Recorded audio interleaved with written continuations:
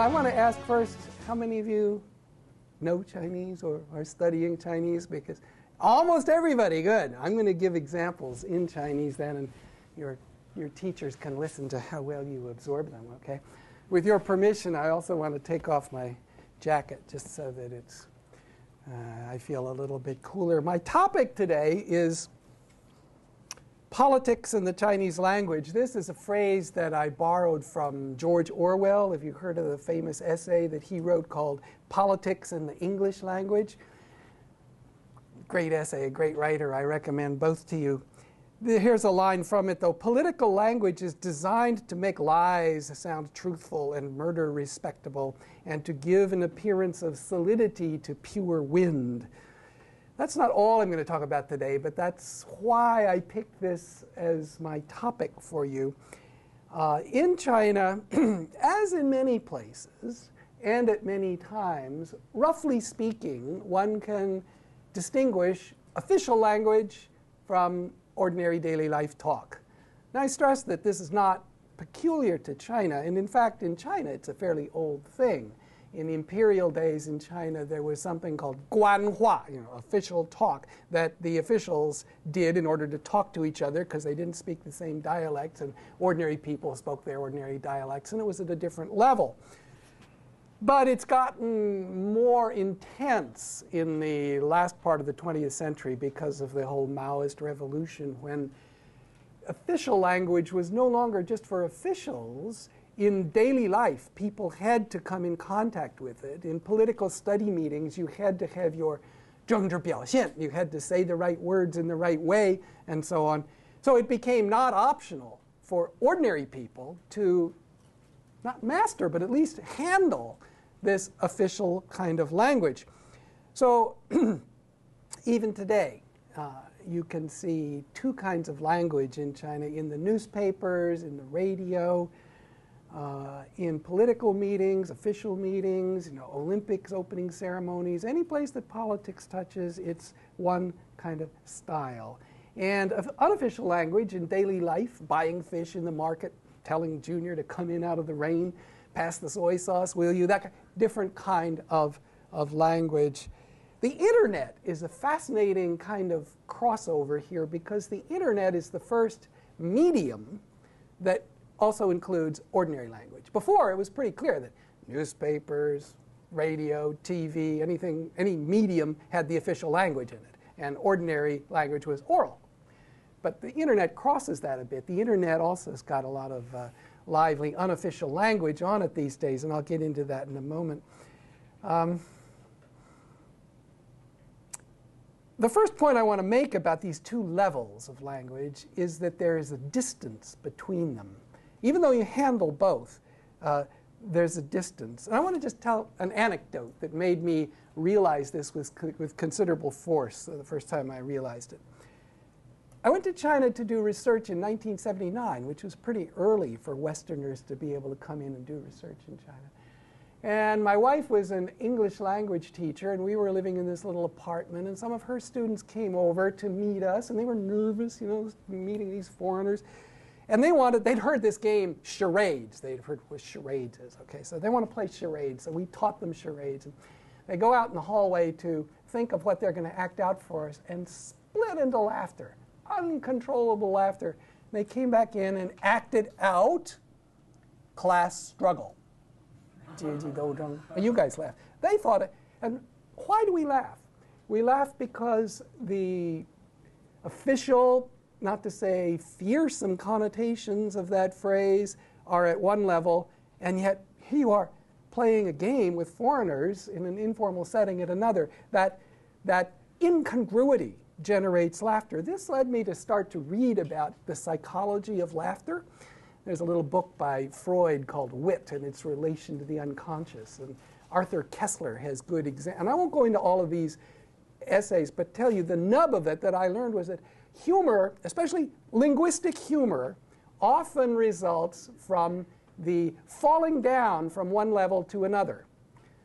At the most simple level, a pun does that, right? My daughter says that her daddy's lectures are like a broken pencil, no point. And why is that funny? That's because you're at this level and suddenly you come down to this level. That difference in level can be measured by sticking in this kind of incongruous, humorous example and seeing whether it's still there. You can do this yourself. When last time I was in China, you're at a dinner party, an informal kind of situation, and everybody's kind of relaxed or trying to relax and stuff. And, you know, in Chinese culture, it's polite to take a little morsel from the dish and put it on your friend's plate. This is polite and stuff. And they always say, oh, don't be polite, 别客气. And then you say, 我为人民服务. I'm serving the people. That kind of sticking in an official language phrase in an unofficial context always elicits laughter, which shows the distance between the two levels. I'm going to stop with that point and go on to give you a brief analysis of 5 characteristics of the official language. I'm old enough that I don't normally use PowerPoint, but if I did, I would have these 5 things up here. And for those of you who want to take notes, here they are. Lexicon, that's the words you use. Grammar, moral weight, goal orientation, and fit as a substitute for truth. Those 5 things, I'll go through them one by one now. First, lexicon. George Orwell, when he wrote about the English language, complained about sheer cloudy vagueness, that's his phrase, that gets generated by using long, Latinate, unnecessarily puffy words. I'll give you an example. This is from Orwell.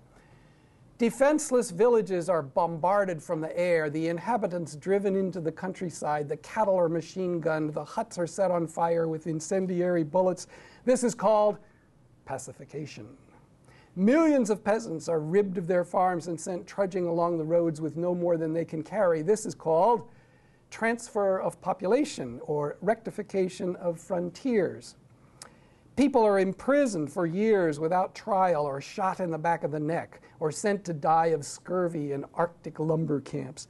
And this is called elimination of unreliable elements.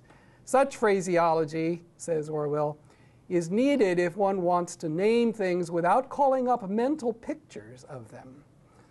And he complains about that. And if these long Latinate words are the problem in English official language, the corresponding in Chinese lexical item would be the compounds that were invented in late 19th century in Japan, actually, and borrowed into Chinese. Anybody studied Japanese? You know, these kanji compounds, words like 政治 that are seiji in Japanese, right? Or jingji, economics, 社会, society.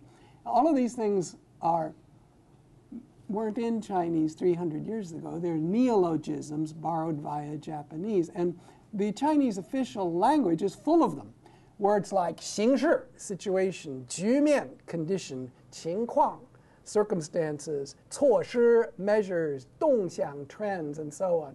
And they do, as Orwell's Latinate words do, cover things up, not as vivid as they should be. For example, in the Cultural Revolution, when people were struggled, that meant, persecuted, tortured sometimes, tortured to the point of suicide, forced into divorces, and the family disperses. In ordinary Chinese, we use lively phrases like 家破人亡 to describe this kind of thing. In the official language, this was described with phrases like adopts measures to carry out rectification, 采取措施进行整顿, kind of sheer cloudy vagueness that Orwell finds in English shows up this way in Chinese lexicon. I'll give you an example just from last week's news. The president of China came to Washington here to meet with our president and talked about various things, including Iran and the nuclear problem there.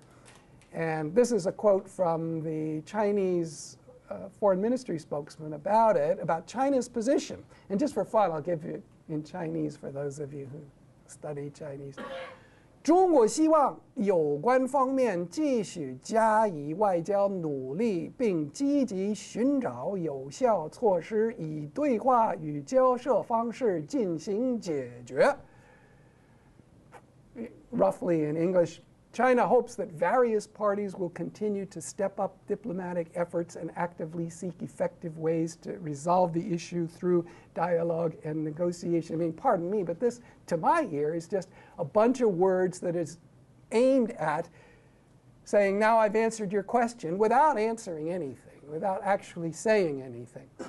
The word 加以 that I just used in this phrase is another neologism. Originally in Chinese you have verbs. You have things like 考虑, consider, or 努力, try hard. But in official languages you often see 加以努力, 加以考虑, just adding a useless phrase, but one that sort of makes it sound more, scientific or official or something like that. The Chinese writer Wang Meng has an essay about the verb, about this kind of thing, and he gives the example of 进行, carry out. He said originally you have subject, verb, 我吃饭. What does it mean, says Wang Meng, when I have to say 我进行吃饭, 我进行走路到饭堂进行吃饭.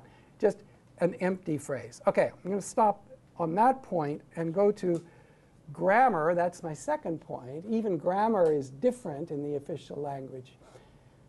Interestingly, Western grammar is imported into the Chinese official language much more than ordinary Chinese has. This started, I think, in Yan'an when people like Hu Qiaomu, Mao Zedong's secretary, wrote Mao's thoughts into very official. If you read Mao's works in English, you'll notice, well, in Chinese too, but that's my point here, they long involved impeccably grammatical sentences according to conventions that fit with English grammar.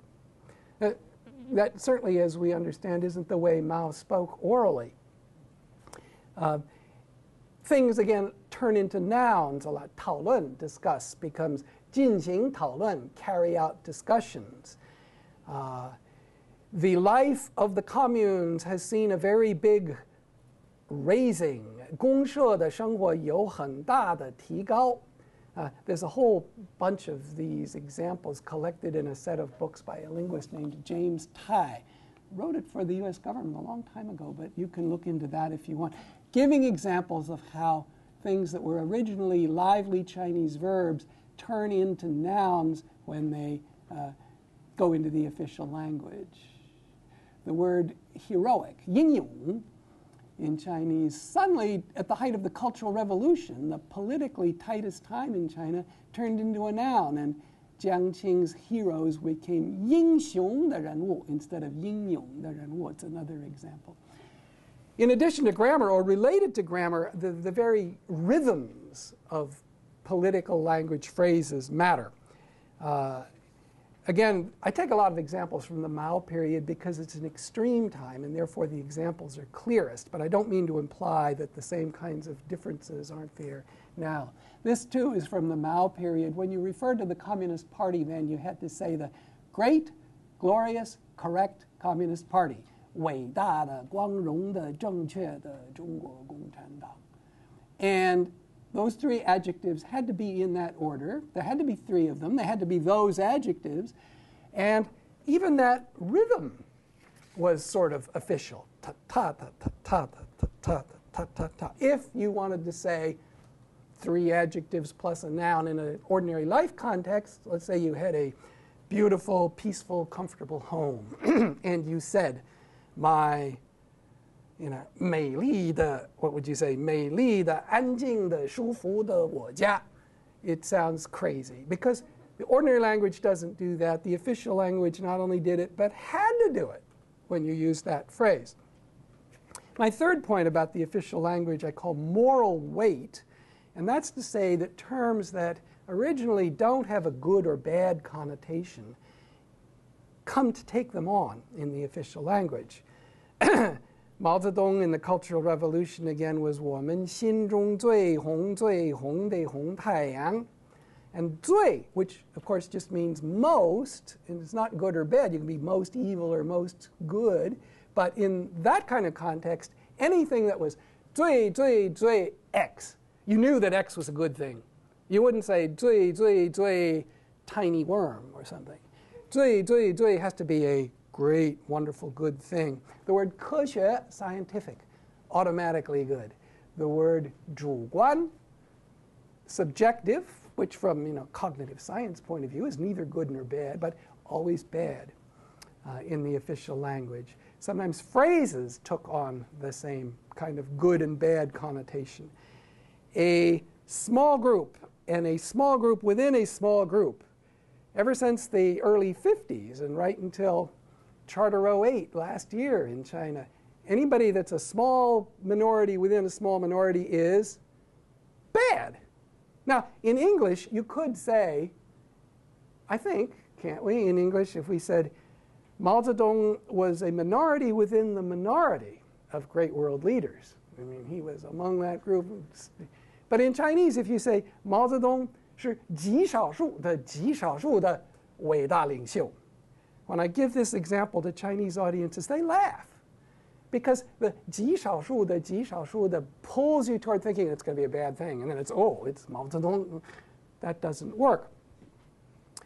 The very rhythms of the example I gave, the great glorious Communist Party, ta-ta-ta-ta-ta-ta-ta-ta. If you took the KMT party, bad guys, okay, and you put them into the same rhythm, and you give them bad adjectives too, instead of saying great and glorious, let's call them the 小气的黑暗的讨厌的国民党. That too makes Chinese audiences laugh because the rhythm itself is telling you that this is a good thing. And yet the content of the word says this is a bad thing and it doesn't work. Point 4 is related to moral weight. I'm calling it goal orientation. I want to start here with the observation that Chinese political slogans are grammatically subjectless predicates. For example, 打倒四人帮, knock down gang of four. 支持三中全会的正确路线, uphold correct line of third plenum. In English, these sound like imperatives. They say knock down the gang of four, and so they don't take a subject. You don't say, well, you could in English say, I knock down the gang of four, you knock down the gang of four. But in Chinese, the slogan is always something that lacks a subject but invites one. So, 打倒四人帮, who's going to 打倒四人帮? 我打倒四人帮, 你打倒四人帮, 大家都一块打倒四人帮. All of that is ambiguous and in a sense doesn't matter because that's not the point. Who does it and how it's done don't matter. In these phrases, what matters is the result. So it gives the overall sense in Chinese political slogans of would that it be that, or may it be that, and then exalted goal is put there.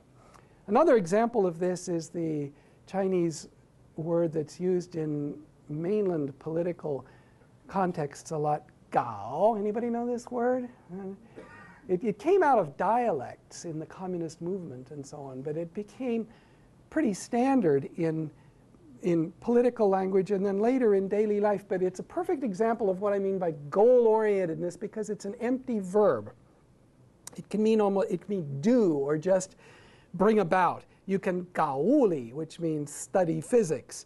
搞对象, go get yourself a boyfriend or girlfriend. 搞卫生 means, clean the toilets. Just doesn't describe what you do, it describes the result that you're aiming at. And it's used in political language a lot. Wholeheartedly 搞 the four modernizations. 全心全意搞四化. And it's perfect in political language because it doesn't commit the speaker to say how you're going to do it. It just says, get it done. I'm going to quote you for fun from a speech that Hu Yaobang gave in 1980. This is before he was, I think it's before he was Secretary General of the party. He was the head of propaganda or something, but that doesn't matter. He's talking to playwrights about how to write plays here and political criticism of where they'd gone wrong. And I'm going to translate it, except for the word gao, which I will leave in Chinese, so you'll get an idea of how flexible it is. First, says Hu, we must help writers to gao planned design. cultural departments, the National Artists Association, and the Writers Associations at all levels should do what they can to gao a few conferences in this regard. Of course, for an artist to gao creativity is not the same as to gao manufacturing, so we must not oblige literary artists to gao collective design in a mechanical way. So you see how flexible it is, and really in each case what he's really saying is not how to do it, but get it done. That's what I mean by goal-oriented. The fifth characteristic I have here is fit substituting for truth. We just saw the phrase, for example, great, glorious, correct communist party, that has to be said in that order. And so those adjectives fit in that pattern or not. They need to be performed in the correct order. Another Cultural Revolution example is the great Chairman Mao. This is right after the Cultural Revolution. The great Chairman Mao, the beloved Premier Zhou, and the wise Chairman Hua. That was Hua Guofeng, who was briefly Mao's successor. Those three leaders could only be named in that order and with those modifying adjectives attached to them. And if you got it wrong, it wasn't true or false that was at stake. Your language didn't fit properly. If you said the beloved Chairman Mao or the wise Premier Zhou or the great Chairman Hua, that would be wrong. That would be a mistake. There's a book by a Swedish scholar named Michael Schoenhals that I recommend to you, Schoenhals, called Doing Things with Words in Chinese Politics, that goes into this and calls these things tifa, ways of raising things. Not only true or false is at stake, but correct or incorrect tifa is at stake. In 1989, for example, at the Beijing massacre, overnight a democracy movement turned into a counter-revolutionary riot. And that phrase, 反革命暴乱, counter-revolutionary riot, was the correct tifa to say in any official context. And you had to say that, right? If you said the same idea but in different words like reactionary revolt, no, same idea but wrong tifa. It had to be 反革命暴乱. Now, this kind of fittingness, because it's used so much, tends to form a kind of web that becomes parallel to truth. In China, as in most languages, it's normal to judge a declarative sentence by whether you think it's true or not. And Chinese people do that and still do that. But there's this second level where you decide whether it's fitting or not as well. And that level is sometimes just as important. I want to give you an anecdote to illustrate this, just to make it lively. This is from a book by Mark Saltzman called Iron and Silk, published a decade ago or 2 decades ago. A real bright young guy from Yale who went to teach in China and wrote down what happened to him. And at his campus, there was a campaign to kill rats. And to encourage students to kill rats, there were rewards. You bring in a dead rat, you get some reward. So he's a foreign student. He's got friends that are killing rats. He goes and he kills a rat, and he brings it in for a reward. And this causes a problem because officially there are no rats in China. Now, never mind that there's a campaign against them here. As far as foreigners go, officially there are no rats in China, and therefore it cannot be true that a foreigner killed a rat. So Saltzman brings it and says, but here's the rat, I want my reward. And the answer was no. It can't really be true that you did that. So he gives up and he goes away. But then he comments to one of his students and says, wasn't that silly? And the student says, and here's my point, the student said, of course it is very silly, but the comrades in the office, like anybody else, would rather do something silly than something stupid. So silly to disobey the ordinary sense of truth and falsity about what was going on, but stupid to violate the standard of what the official language prescribed was going on. It reminds us of the old Soviet joke that the only thing worse than living without truth is living with two of them. Or my friend Liu Binyan, who died a few years ago, a famous Chinese writer, who has an essay that he calls Two Kinds of Truth. It says when he was sent to the countryside after the anti-rightist movement and had to live among poor people, he sensed that there were two kinds of truth. One that came from the ground up, from the hard daily lives of these people that were scrapping to get rainwater and so on. And then the official truths that came down from the central to the provincial to the city level of policies about how to develop the countryside and so on, and they didn't match. And yet, anybody had to deal with both of them. During the risings in Tibet in 2008, I realized by talking with a Chinese friend how that web of fitting language can really take on a kind of momentum of its own. We were talking about why Chinese official language insisted that the Dalai Lama is a splittist and a wolf in sheep's clothing and all of these other things, even though the Dalai Lama's explicit policy that he repeats time and time again is that he's not asking for independence for Tibet. I was talking with Wang Lixiong, a well-known Chinese writer and one of the main advocates for Tibetan rights. Wang Lixiong's wife is a Tibetan poet and so on.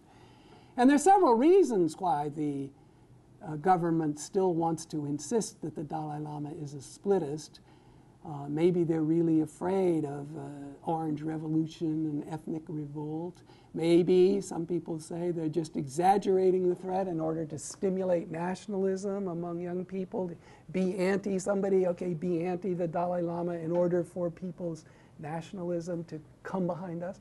Both of those are plausible in my view. But Wang Lixiong had a third idea. He said, we have so many people in the Bureau of Tibetan Affairs whose careers are built on the doctrine of anti-splitism, that if suddenly the Dalai Lama says, I don't want to split, and the anti-splitism goes, then their careers go away, their whole rice bowl goes away.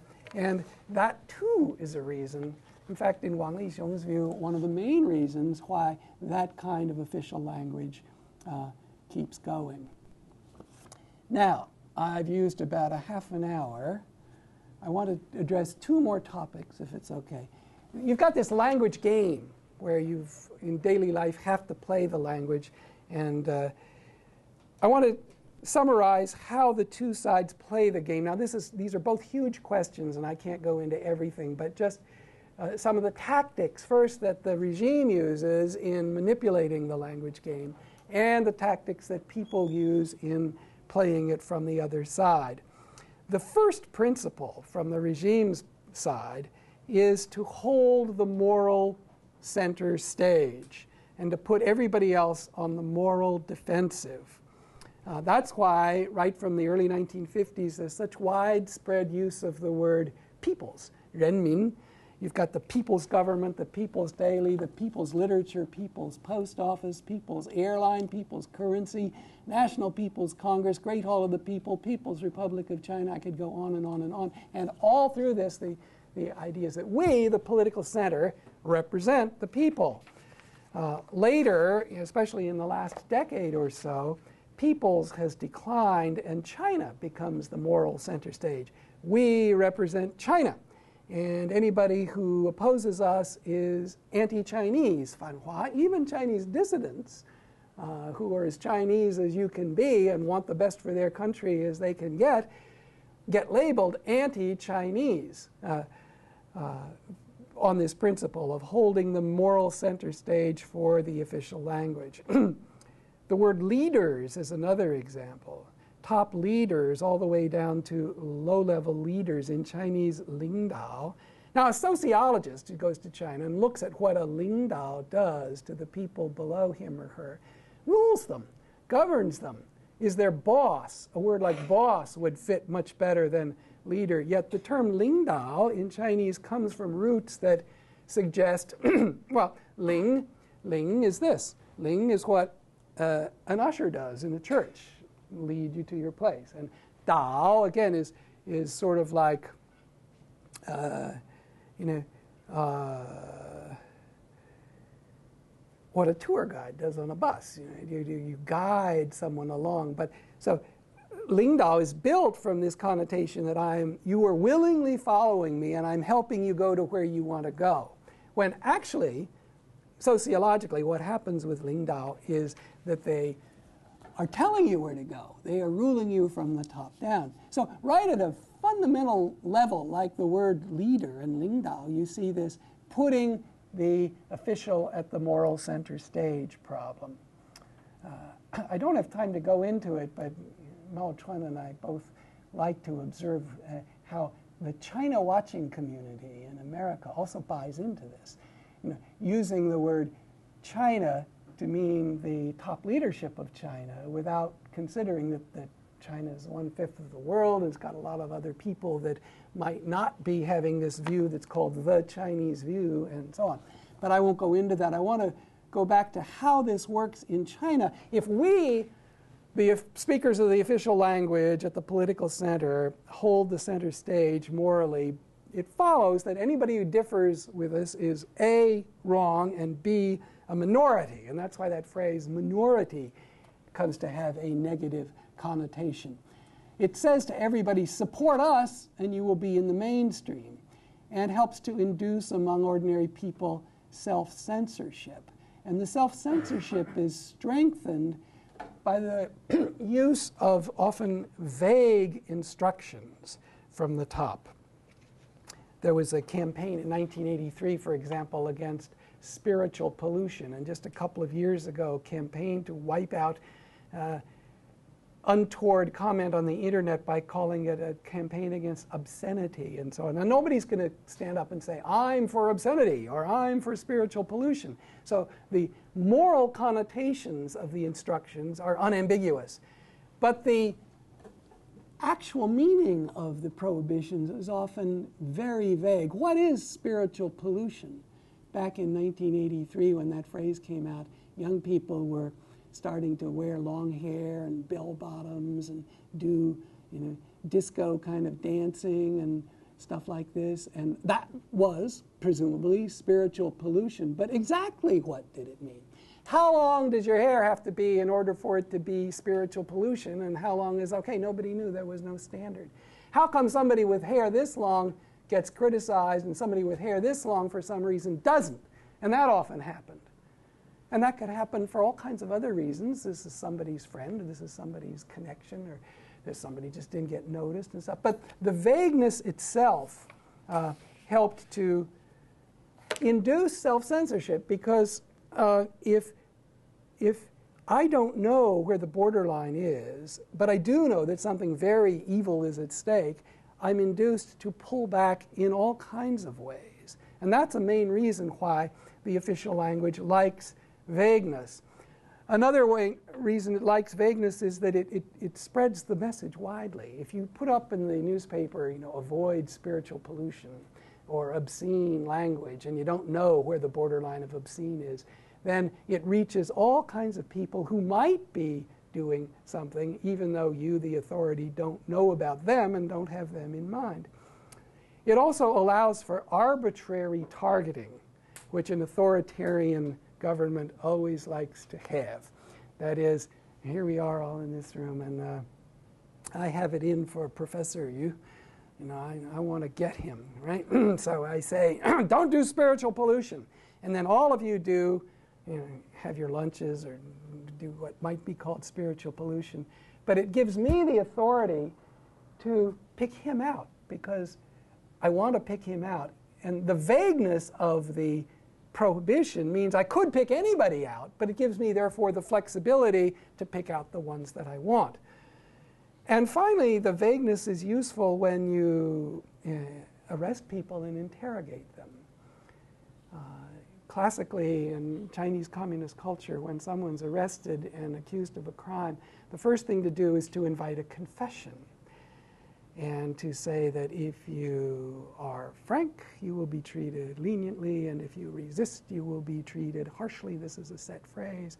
And you can show your sincerity by telling us all. We already know all, okay? But we're just telling you to offer all so that you can absolve yourself from the guilt and show your sincerity. Well, actually, the vagueness helps the interrogator there because the interrogator doesn't know all. They say, we know everything already, and you're going to show your sincerity by producing it, is really a way to get you to produce stuff. And if you don't know where the borderline is, you'll start producing all kinds of stuff to save yourself and actually tell the interrogator stuff that he didn't know to start with. Now, I want to stress that these are conscious tactics, this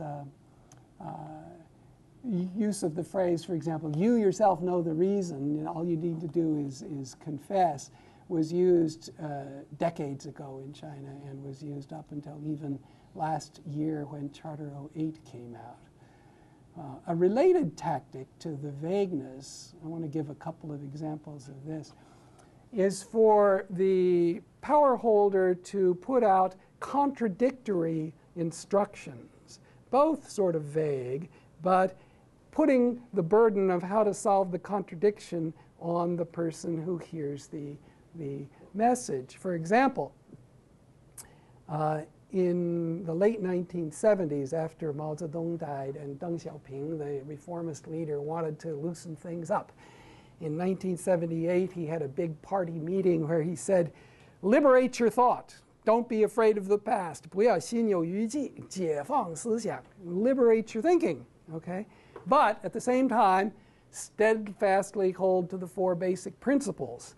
坚持四个基本坚持. And those were party rule and the socialist system and Marxism, Leninism, Mao Zedong thought, and so on. So how does a writer, for example, do that? Liberate my thought and just go and say what I think, but still uphold these very constricting guidelines. They're contradictory.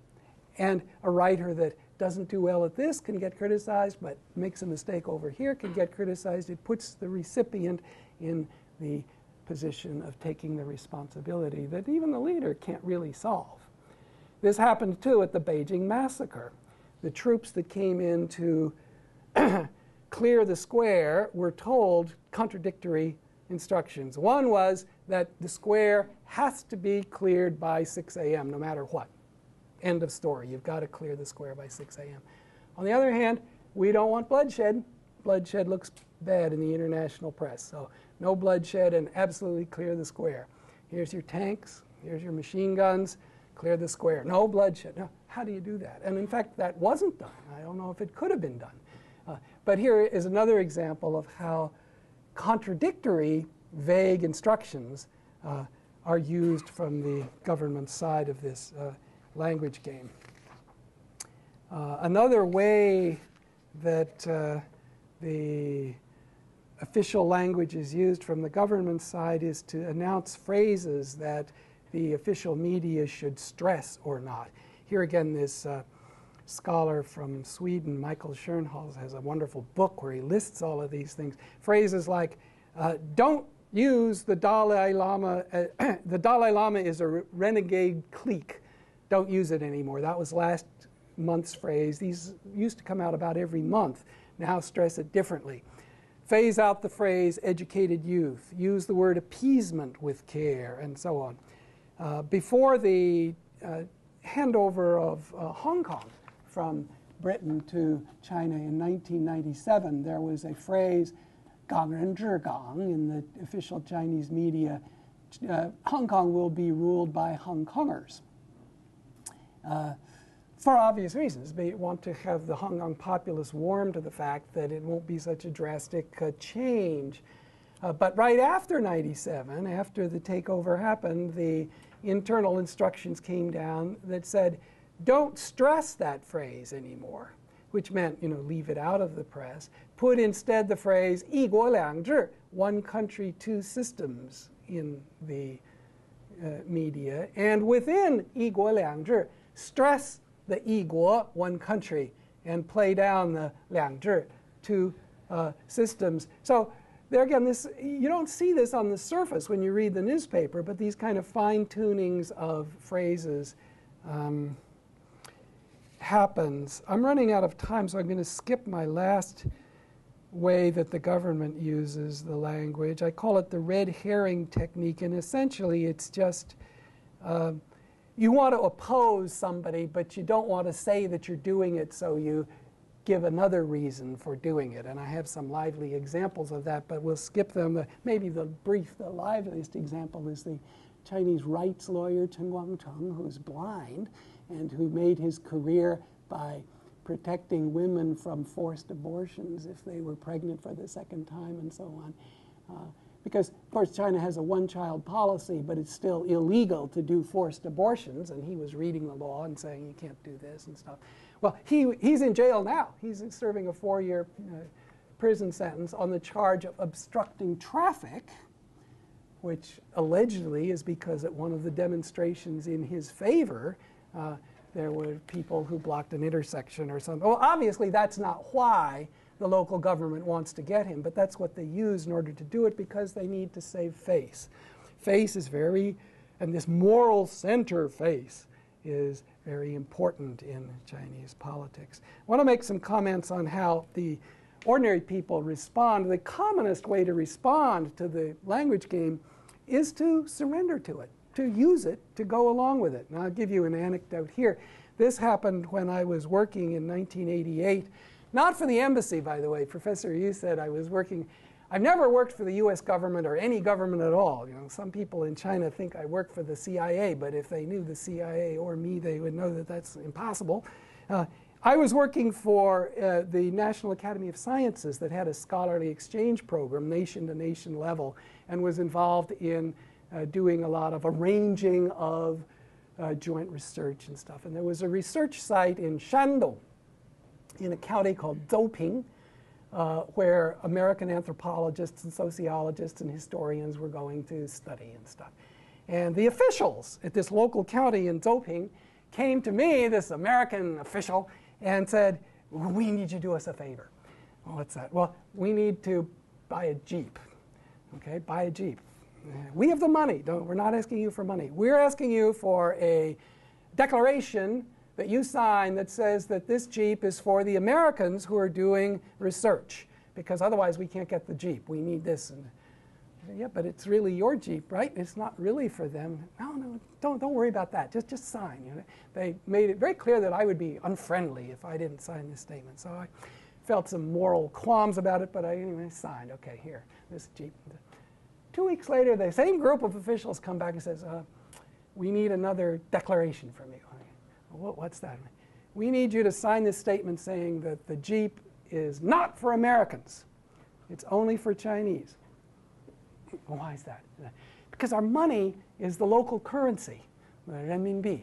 And to buy this Jeep, we can't buy it in local currency if it's for Americans. We'd have to use foreign currency, and we don't have that. So please sign this statement saying that the Jeep is not for Americans. So again, it wasn't quite true, but more than that, those two were utterly contradictory statements, and so I did balk. I said, well, why don't we call up the Bank of China and tell them this problem and see what, call up the Bank of China? No, don't, that would be stupid. So, but I still didn't sign that second statement. I just felt too awkward about it, and a few days later learned that my Chinese office assistant, had figured a clever way to get around it. He signed, left me out of it. Put our office stamp on it, and the officials. But my point here is those guys were, of course, they knew the difference between truth and falsity. It would be ridiculous to say Chinese people had lost that sense. But my point is their attitude toward the language game. It's sort of like the Mark Saltzman story. Yeah, it's silly, but it's stupid not to play the game. Sign this statement, sign that statement. The point is the Jeep. The point isn't, what this language game is. We just play it. The whole object is to get what you want or to avoid a mistake. And one reason why bureaucrats in this Maoist and post-Maoist China are so frustrating sometimes is they never want to give a clear yes or no because they don't want to be on record as having made a responsible decision that could later be held against them. And that's why even now in China, when you ask questions, instead of a yes, you often get something like 问题不大. Not a big problem. Well, is that a yes or a no? It's a yes, but one that leaves me an escape hatch. And a no is 有些不方便，不太有点困难. This kind of not saying no because that might be the wrong answer if it got up to an official judgment level, and yet you want to say no, but you leave this fuzziness there. One problem with this going along is the question of how much does it sink in? If people use the official language in this way, does it affect the way they think in the long run? There's a big controversy for decades in the field of cognitive psychology called the Benjamin Whorf hypothesis that says that the language that we use induces the way we think. And is that happening in China? In mainland China today, for example, again, if you're eating with friends and there's something left over to finish eating, let's finish it off. You can say, 咱们消灭这个菜，我们消灭它, annihilate it. You know? But if you use that metaphor in Taiwan or overseas Chinese communities, it sounds funny. That kind of militaristic metaphor gets used and comes to be normal. I was on a bus in Beijing. This was about 15 years ago, and there's a little boy who had to pee. And he tells his mom, "Ma, I gotta pee." And she, "You can't pee now. The bus is going. You have to wait and get off the bus." "Mom, I gotta pee." And then she says, 你坚持一下, 你坚持一下. 你坚持 is a kind of, again, militaristic sort of slogan for a little boy who has to pee from a bus. So you can ask the question, and I don't know the answer, of how much the use of official language does change the way people think in the long run. My friend, the literary critic Li Tuo, has an essay on the famous Chinese writer Ding Ling, who was a rebel her whole life. She rebelled against everything in sight, but then she sent for 20 years near the end of her life to labor reform in the Northeast, comes back, and she agrees with the government about things like spiritual pollution, and she seems to have just, her spunkiness went away. And Li Tuo wonders, was it language at one point that just completely changed the way she thinks and feels about things? And he concludes his essay by saying, once a person enters into a certain discourse, to exit it becomes extremely difficult. I'll finish very quickly, if it's okay. Actually, the second point I don't need to go into, I just did sort of. Ordinary people manipulate the language game in order to get what they want. The guys that were going for the Jeep are a good enough example of that. So I won't give that, except to show that just in the last few years, with the rise of the rights protection movement in China, there's a group of Chinese lawyers, Mo Shaoping, Pu Zhiqiang, and others, who use the official language to turn against the official language. That is, the Chinese Constitution has words like freedom of assembly, freedom of speech, freedom of publication, and so on. And yet, in practice, they're commonly violated. What these rights lawyers do is go to the letter of the law and hold the feet to the fire of officials that are violating it, and being squeaky clean about sticking with the official language, but using it to defend people that are dissidents or writing contrary novels or Falun Gong proponents or things like that. And there are two advantages in that approach from their point of view. One is it gets a certain number of people off the hook or jail sentences reduced. But secondly, and even more important, I think, the playing the game squeaky clean and turning it against the game has a long-term sort of erosion effect, because it reveals that that whole web of nice-sounding promises in the official language is false. And it shows that the whole system is fragile if you play exactly by the rules. Two other ways, very quickly. One is people resist. The common way of doing this is through irony or double entendre. Should I stop now? We have 7 minutes altogether. 7 minutes? Oh, okay. People use double entendre, and then there's a whole, I won't go into this, but controversy about whether we should try to, people that are aware of the language game, try to figure out ways to completely get out of it and use a different kind of language.